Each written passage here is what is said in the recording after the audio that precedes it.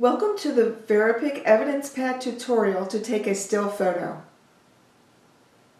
If you want to take a still photo, tap the photo button.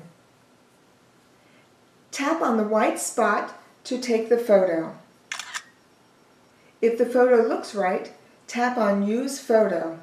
If not, tap Retake. Let's use this photo, so click on Use Photo. Tap on Cancel to go back to the home page. You can also import photos that are on your mobile app right into Evidence Pad. Tap on the menu and then choose Add Files. You can choose from your camera roll, panoramas, videos, or bursts. Let's choose camera roll. You can multi-select the files that you want to bring into the Evidence Pad.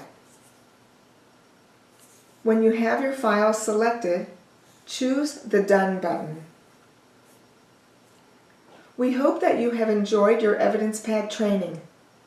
Please contact us through our website at www.veripic.com if you have any questions or wish to expand your system. If you need to talk to a live person, please call 888-VeriPic.